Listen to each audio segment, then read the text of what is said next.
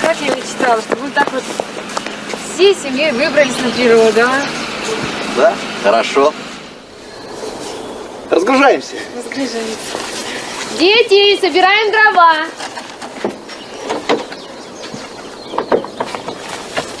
Стулья. Мясо. Мангал. Мама. Выходить будете? Никуда я не собираюсь. Мало того, что мы сюда 2 часа тряслись, так еще и здесь до вечера комаров кормить. Дочку мою не жалеешь, что хоть внуков пожалей. Изирка, это что ж такое? Ты только о себе думаешь, Андрюшенька. Только о себе, дорогой мой, думаешь.